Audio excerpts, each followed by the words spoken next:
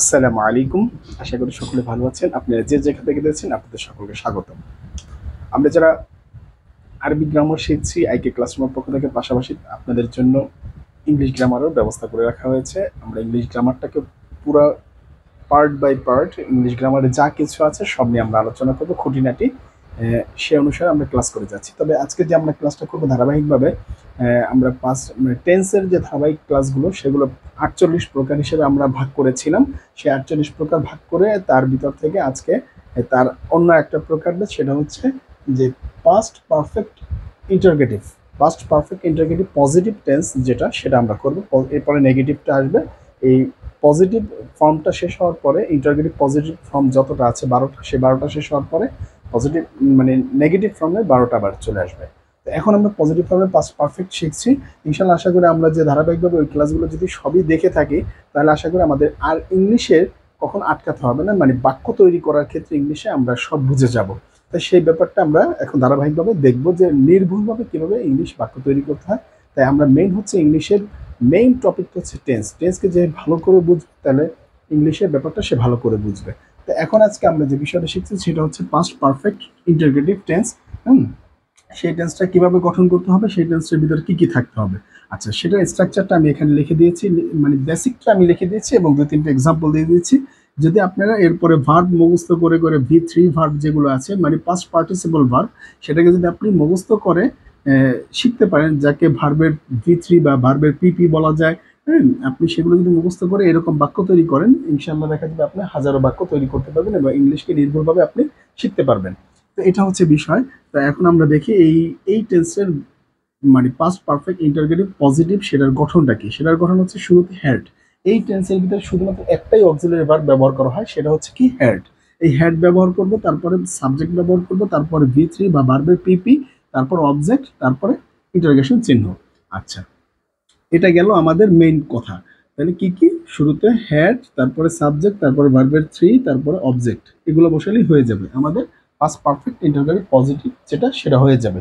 এরপর একটা এক্সাম্পল দেখি। এক্সাম্পলে আমরা কি বলা আছে, এক্সাম্পলে বলা আছে যে হ্যাড আই, এই যে দেখেন হ্যাড হ্যাড বসেছে, এরপরে সাবজেক্ট আই হিসাবে, সাবজেক্ট হিসাবে আই ব্যবহার করেছি, এরপরে V3 গো ছিল, সেই গোটাকে গন হিসাবে ব্যবহার করতে হবে, এটা V3 তে গন হয়ে যায়। এরপরে কি অবজেক্ট, অবজেক্ট হচ্ছে অ্যাট হোম, অবজেক্ট হচ্ছে অ্যাট হোম। তাহলে had I gone, had I gone at home. এখন অর্থ কি হবে, অর্থ হবে যে আমি কি বাড়িতে গিয়েছিলাম, আমি কি বাড়িতে গিয়েছিলাম। এই যে তে, অ্যাট মানে তে, অ্যাট হোম মানে বাড়িতে, আমি কি বাড়িতে গিয়েছিলাম। অতীতকাল বোঝাবে, কোন অতীতকাল, এটাকে যদি আমরা আরবিতে হিসাব করি তাহলে এটাকে বলা হবে মাদি বাইত। মাদি বাইত অনেক দূরবর্তী অতীতকাল, অনেক দূরবর্তী অতীতকাল হচ্ছে পাস্ট পারফেক্ট। যে আমি কি বাড়িতে গিয়েছিলাম, এটা গেল প্রথম সেন্টেন্সের অর্থ। এরপরে আপনি এটা দিয়ে অন্য আবার বাক্য একটা বানাতে চান, সেটাও বলবেন। যেরকম হ্যাড মানে হ্যাড হি, হ্যাড হি সে কি, সিন ইউ সে কি তোমাকে দেখেছিল। Had he seen you, had he seen you সে কি তোমাকে দেখেছিল। হ্যাড হি ইটেন রাইস সে কি ভাত খেয়েছিল। হ্যাঁ, এরকম বলতে পারে। হ্যাড শি ইটেন রাইস সে কি ভাত খেয়েছিল। Had he talk, had he told, had he told to you সে কি তোমার সাথে কথা বলেছিল। Had he speaking to you সে কি তোমার সাথে কথা বলেছিল। আপনি যা ইচ্ছা তাই এখানে বানাতে পারবেন। এরপরে আরেকটা দেখাচ্ছি যে had we, had we told, had we told আমরা কি বলেছিলাম দেম।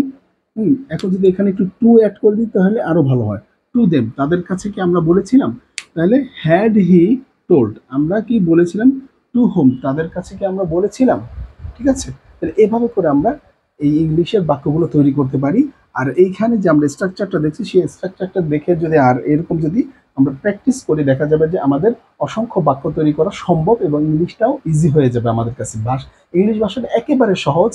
আরবি ভাষাটাকে যেটা আমরা মনে করছি যে কঠিন, আরবি ভাষাটা আসলেই কঠিন, কিন্তু ইংলিশটা আরো সহজ। ইংলিশটা বেশি নিয়ম কানুন নাই, আর যে নিয়ম কানুন আছে এটা সহজে বোঝা যায়, কিন্তু আরবিটা অনেক জটিল। তো এই জন্য আমাদের এই ক্লাসের এখান থেকে আমরা যেটা দেখতে পাচ্ছি ইংলিশের বিষয়টা, সেটা হচ্ছে যে বেশি কিছু লাগে না, যে এক একটা টেন্স গঠন করার ক্ষেত্রে ছোটখাটো একটা বিষয় হলে আমাদের টেন্সটা হয়ে যায়। তো এই হচ্ছে আমাদের যাবতীয় টেন্স। এই যাবতীয় বলতে আজকে পাস্ট পারফেক্ট ইন্টারগেটিভ যে টেন্সটা সেটা আমরা দেখলাম। এরপর আমরা পাস্ট পারফেক্ট কন্টিনিউয়াস টেন্সটা দেখবো, ইন্টারোগেটিভটা। তার আশা করি এই ভিডিওগুলো দেখবেন আর এবং প্র্যাকটিস করবেন। আর আপনার প্র্যাকটিসটা করার ফলে আপনার নিজের উন্নতি হবে, ইংলিশটাও আপনি আত্মস্থ করতে পারবেন। আপনি নিজেও শিখুন, আরেকজনকে শিখতে সহযোগিতা করুন, এটাই আমাদের কামনা রইল। তো আজ এ পর্যন্ত, পরবর্তী ভিডিও দেখা হবে। আসসালামু আলাইকুম।